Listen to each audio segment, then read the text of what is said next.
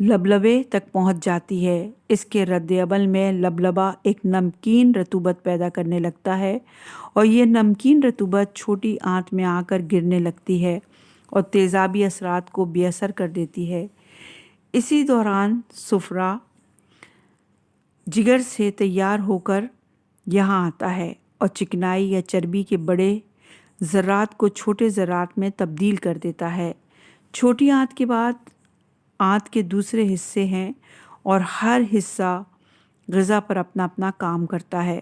بڑی آنت اس گاڑھے سیال سے تمام پانی نکال کر اسے دوران خون میں واپس کر دیتی ہے۔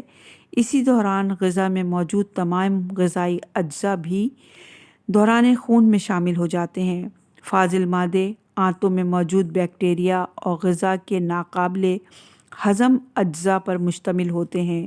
وہ نسبتاً سخت حالت میں بڑی آنت کے آخری حصے ریکٹم سے ذرا پہلے ایک مقام پر اسٹور ہو جاتے ہیں اور وقت مقررہ پر انسان کی خواہش اور ارادے کے مطابق جسم سے باہر نکل جاتے ہیں۔ اگر انسان پیٹ کی کسی بیماری میں مبتلا ہو تو فاضل مادوں کے اسٹور کرنے اور مناسب وقت پر انہیں خارج کرنے کی یہ سہولت عارضی طور پر معطل ہو جاتی ہے۔ اس پر انسان کا کنٹرول نہیں رہتا۔ اس کے علاوہ جسم سے خارج ہونے والے زہریلے یا فاسد مادوں میں مقدار کے لحاظ سے سب سے زیادہ اور سب سے زہریلا مادہ پیشاب کی صورت میں جسم سے خارج ہوتا ہے۔ عام طور پر لوگ سوچتے ہیں کہ ہم جو پانی پیتے ہیں وہ پیشاب بن کر جسم سے نکل جاتا ہے، لیکن بات اتنی سادہ نہیں ہے۔ اس پانی کو جسم کا ایک ایک خلیہ استعمال کرتا ہے، جس کے سبب یہ پانی زہریلا ہو جاتا ہے، اور یہ زہریلے مادے ایک انتہائی پیچیدہ نظام سے گزر کر جسم سے خارج ہو جاتے ہیں۔ ہمارے جسم میں ہر وقت تقریباً 4.5 لیٹر خون موجود رہتا ہے اور مسلسل سفر میں رہتا ہے۔ ہمارے گردے اس خون کو بار بار صاف کرتے رہتے ہیں۔ یہ خون 24 گھنٹوں میں 48 مرتبہ ہمارے گردوں میں صفائی کے لیے آتا ہے۔ ہر مرتبہ اس کے اندر زندگی کے لیے ضروری اجزاء کے ساتھ ساتھ بے شمار زہریلے مادے بھی موجود ہوتے ہیں، مثلاً ضرورت سے زیادہ نمک اور پوٹیشیم جو غذا کے ذریعے جسم میں آتے ہیں۔ اگر فاسد مادے جسم سے خارج نہ ہوں، اضافی نمک جسم سے خارج نہ ہو تو پیٹ اور پاؤں پھولنے لگیں گے اور دل پر بوجھ بڑھ جائے گا۔ پوٹیشیم کی مقدار جسم میں کم ہو تو پٹھے کمزور پڑ جائیں گے اور سانس لینا مشکل ہو جائے گا۔ اس کی مقدار ضرورت سے زیادہ ہو جائے تو دل کی دھڑکنیں بے قابو ہو جائیں گی۔ ہمارے گردے ان دونوں کی مقدار پر نظر رکھتے ہیں اور اضافی نمک یا پوٹیشیم کو دوران خون سے نکال کر اسے ہمارے مثانے کی طرف روانہ کرتے رہتے ہیں۔ جسم کا سب سے زیادہ اور مہلک فضلہ یوریا ہوتا ہے۔ یہ زہریلا مادہ پروٹین یعنی گوشت کے ہضم ہونے کے دوران پیدا ہوتا ہے۔ جسم میں اس کی کمی جگر میں کسی خرابی کی نشاندہی کرتی ہے اور اس کی زیادتی ایک انتہائی خطرناک بیماری یوریمک پوائزننگ کا سبب بن جاتی ہے۔ اس سے مریض گہری غنودگی میں جا سکتا ہے۔ جب گردے سے نکالنے میں ناکام ہو جاتے ہیں تو یہ فاسد مادہ پسینے کے مسامات سے نکلنے لگتا ہے۔ اسی لیے ہمارے گردے ہر وقت ان سارے مادوں پر نظر رکھتے ہیں اور اضافی مادوں کو تھوڑا تھوڑا کر کے 2 ٹیوبز یوٹرس کے ذریعے اپنے نیچے موجود مثانے میں گراتے رہتے ہیں۔ یہ پیشاب مثانے میں اسٹور ہوتا رہتا ہے۔ مثانے کے اندر اللہ نے 2 والو بنائے ہیں۔ ان دونوں والوز کو